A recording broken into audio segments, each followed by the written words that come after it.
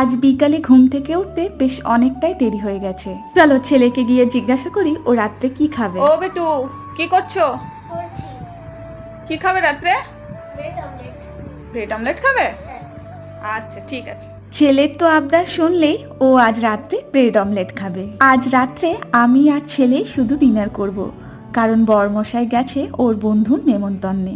আমারও আজ রাত্রে রুটি খেতে খুব একটা ইচ্ছে করছিল না, তাই শ্রেয়ান যখন বলল যে ব্রেড অমলেট খাবে, আমিও চটপট বানিয়ে নিলাম।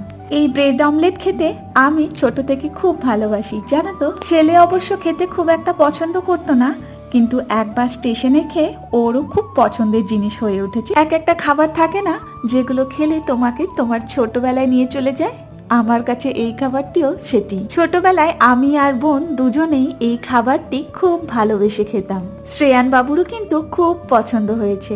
চলো আজ তবে যাই।